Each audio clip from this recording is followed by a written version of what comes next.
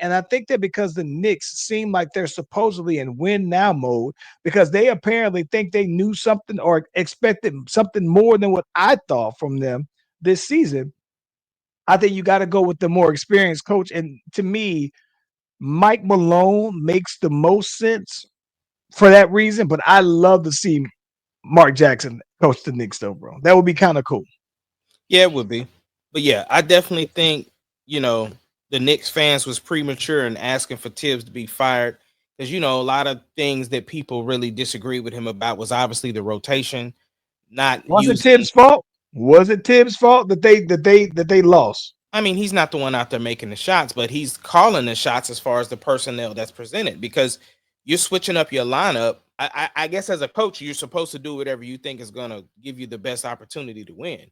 But again, it's kind of the same thing that was going on with Denver, right? When they played Oklahoma City, they was like, man, y'all not deep enough. Y'all not going deep enough on your bench in order Yeah. to give your starting guys some rest. Brunson is out here beat up. You know what I'm saying? Hart is out here beat up. And Cat is either hit or miss on whether he's gonna show up or not. So I mean, honestly, I don't know. I didn't really pay much attention to the series that they played. I told you I haven't really watched the Pacers all season, bro. Haven't really watched them. So all that to say, I don't know if it was Tibbs' fault, but again, he can't put the ball in the basket. Now, if you I want to think say that that they didn't run the right defense, or they, you know, were kept players in too long, okay, that's on him. But putting the ball in the hole and getting in defense and stuff like that, that's on the players, bro. here's why I think that it is Tibbs' fault because like with anything, once you starting to get smacked down, you got to make some adjustments, and I don't think that they particularly like the adjustments that Tibbs made. One Right? I hundred. think that this is the one thing I think that OKC has this luxury of doing, right? And it's very underrated out there. And people talk about it, but I don't think they understand how big of a deal it is. The fact that you're so deep, and not just that you're so deep. Pause, by the way. I got one But worse. I got one worse than that happened to Jay Will on pause, all pause, all pause. when you get done, I'm gonna tell you about what Jay Will did. Listen, but never mind the fact that, but it's just the fact that in conventional basketball, traditionally, you shorten your bench. Even though you've been playing 10 guys, you shorten that bench down to about 8 guys, right?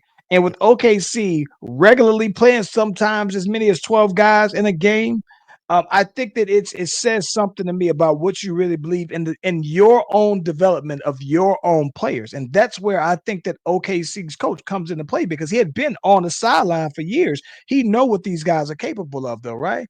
Mhm. And so because of that, I think that Tibbs' problem was that he shortened his bench so much so that even outside of that, I think that he just never made the adjustment. It's like win or lose based off of Jalen Brunson. And if Cat gives us something, then cool. But I think that the strategy never seemed to change up to me. So that's my thoughts on it. I'm not mad at them for him. I'm not if they blamed him for losing, I wouldn't be mad at that. If Yeah. that's fire worthy, he been there for 5 years though, bro. So maybe they thought this is good as it's gonna get with him. Maybe one more year, and I would think it would have been even more justified. Yeah. I thought it definitely one more year, especially you've made, because that's the other thing too, right? The picks that were given up for Miles Bridges, the picks that was given up for Cat, that's not on him. That's the general manager. Yeah. So if you don't have a strong enough bench, that ain't Tibbs' fault. That he don't put that together. Well, that's what happens when you go through and you get your starting lineup where all 5 of your starters could potentially make an all-star team.